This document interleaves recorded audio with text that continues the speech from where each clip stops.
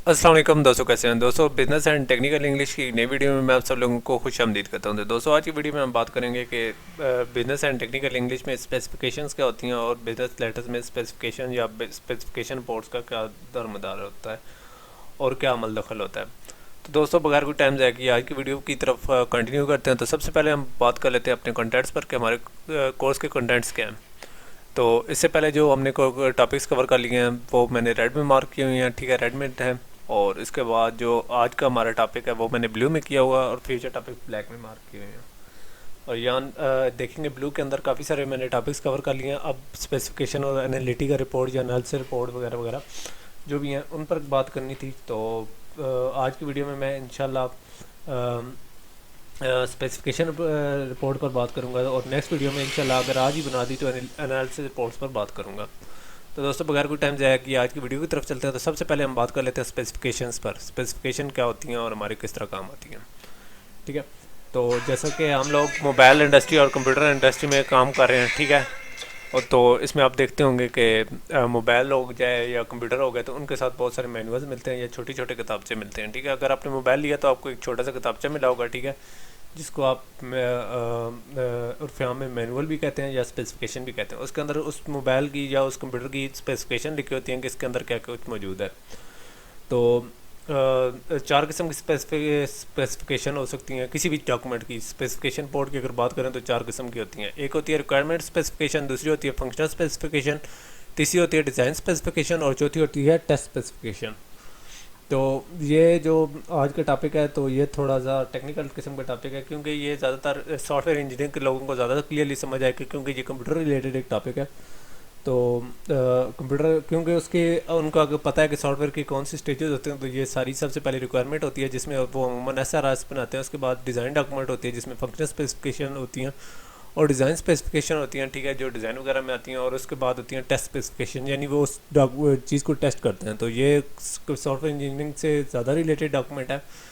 तो सबसे पहले हम बात कर लेते हैं रिक्वायरमेंट स्पेसिफिकेशंस के बारे में। रिक्वायरमेंट स्पेसिफिकेशन क्या होती हैं, उसके अंदर हम मार्केट के रिसर्च देख करते हैं और उसका रिजल्ट का मजमू होती है। उसमें क्या कुछ क्वेश्चन होता है कि मार्केट क्या देख रही है, मार्केट में लोग क्या चाहते हैं और कंपनियां क्या चाहती हैं, ठीक है। तो उसके बाद उसमें होता है प्रोडक्ट डेफिनेशन, जो प्रोडक्ट डालते हैं कि उसकी डेफिनेशन, उसकी जो डिस्क्रिप्शन है कंप्लीट वो हम देते हैं कि क्या किस्म की रिक्वायरमेंट है। उसके बाद उस प्रोडक्ट की फंक्शनैलिटी की पर थोड़ी सी बात करते हैं कि उसमें क्या क्या फंक्शनैलिटी होनी चाहिए। उसके बाद कॉस्ट पर कि किस कॉस्ट पर मार्केट में वो प्राइस है, यानी कम्पिटेटिव प्राइस होगी, यानी इजीली लोग बाय कर सकेंगे या लोग अफोर्ड कर सकते हैं, ठीक है। और किस मार्केट कौन सी रीज़नेबल अमाउंट है जिस पर ये मार्केट में चीज़ चल सकती है। उसके बाद हमारी आ जाती हैं फंक्शनल स्पेसिफिकेशंस, ठीक है। फंक्शनल स्पेसिफिकेशन ये होती हैं कि ये अमूमन डिज़ाइन स्पेसिफिकेशन के लिए यूज़ होती हैं, ठीक है। इसके अंदर ये होता है कि कौन कौन सी फंक्शनैलिटी होती है। तो दो किस्म की फंक्शनल स्पेसिफिकेशन हो सकती हैं, हार्डवेयर स्पेसिफिकेशन और दूसरी होती है सॉफ्टवेयर। सबसे पहले बात कर लेते हैं हार्डवेयर स्पेसिफिकेशन पर। तो हार्डवेयर स्पेसिफिकेशन में आती हैं पहली फंक्शनल डिस्क्रिप्शन, यानी उसके क्या क्या फंक्शन है। उसके बाद होती है कन्फिग्रेशन, किसकी क्या कन्फिग्रेशन होती है। उसके बाद इलेक्ट्रिकल अगर सर्किट है तो हार्डवेयर, चूँकि इलेक्ट्रिकल यूजली आजकल यूज़ होते हैं तो इलेक्ट्रिकल क्या। उसके बाद फिजिकल उसकी क्या खसूसियात हैं। उसके बाद कौन से स्टैंडर्ड्स वो फॉलो करते हैं। उसके बाद जो एनवायरनमेंट पर उसका क्या असर है। उसके बाद अगर उसकी में कोई ट्रबल शूटिंग आ जाती है या कोई प्रॉब्लम आ जाती है तो उसके लिए क्या रिक्वायरमेंट्स है। उसके बाद बिजली की क्या रिक्वायरमेंट है, कितनी बिजली का है या कितने पावर पर वो ऑपरेट करता है। उसके बाद है कि कितनी कॉस्ट आ जानी चाहिए। उसके बाद मेंटेनेंस पे कितनी कॉस्ट है, ठीक है, और इसके लिए कौन कौन से रिसोर्सेज चाहिए होंगे, ठीक है। उसके बाद डॉक्यूमेंटेशन पे थोड़ी सी बात हो सकती है। उसके बाद चूँकि हार्डवेयर तो उसके में रिस्क भी हो सकते हैं तो उन रिस्क का भी मेंशन किया जाता है। उसके बाद होती है अजम्पशन, ठीक है। तो अजम्पशन में ये होता है कि अज्यूम क्या कुछ किया जा सकता है, ठीक है। उसके बाद होते हैं कुछ जो इशू अनरिजॉल्व्ड है उनके बारे में बात होती है और एंड पर ग्लासरी होती है जिसके अंदर जनरली टॉपिक्स कवर किए जाते हैं। उसके बाद जो दूसरी टाइप है स्पेसिफिकेशन की तो वो है सॉफ्टवेयर स्पेसिफिकेशन। क्योंकि हम कंप्यूटर्स की अमूमन बात कर रहे हैं तो सॉफ्टवेयर स्पेसिफिकेशन में इस तरह होता है कि कंप्यूटर या मोबाइल की बात कर रहे हैं दोनों की, तो उसमें इस तरह होता है कि हमारे प्रोडक्ट की क्या कुछ सॉफ्टवेयर की क्या कुछ फंक्शन है, ठीक है, और फीचर्स किन चीज़ों पर डिपेंड कर रहे हैं। उसके बाद फिजिकल करेक्टरिस्टिक क्या है। उसके बाद उनके रिस्क क्या है, ठीक है, उसकी क्या कुछ करेक्टरिस्टिक है। उसके बाद रिस्क क्या है कि क्या कुछ रिस्क आ रहे हैं। उसके बाद एजम्पशंस क्या हैं, ठीक है। उसके बाद हमारी क्या कॉस्ट क्या आ रही है, ठीक है। ٹھیک ہے. ازمپشن اور رسک تو یہی ہے سافٹ ویئر کے کیا رسک ہیں, پرائیویسی کے رسک ہیں وغیرہ وغیرہ.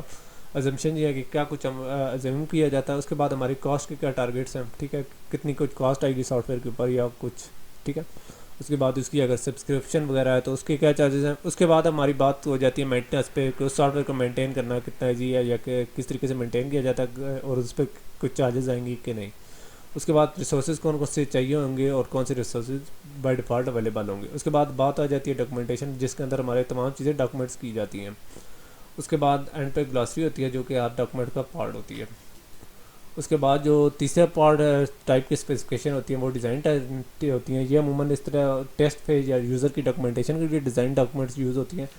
تو یہ بھی دو ٹائپس ہیں, ہارڈ ویئر ڈیزائن اسپیسیفکیشن اور سافٹ ویئر ڈیزائن اسپیسیفکیشن. سب سے پہلے ہم ہارڈ ویئر ڈیزائن اسپیسیفکیشن کی بات کرتے ہیں تو اس کا جو سب سے پہلا پارٹ ہوتا ہے اس کے اندر ہوتا ہے ہمارا انٹروڈکشن, ٹھیک ہے.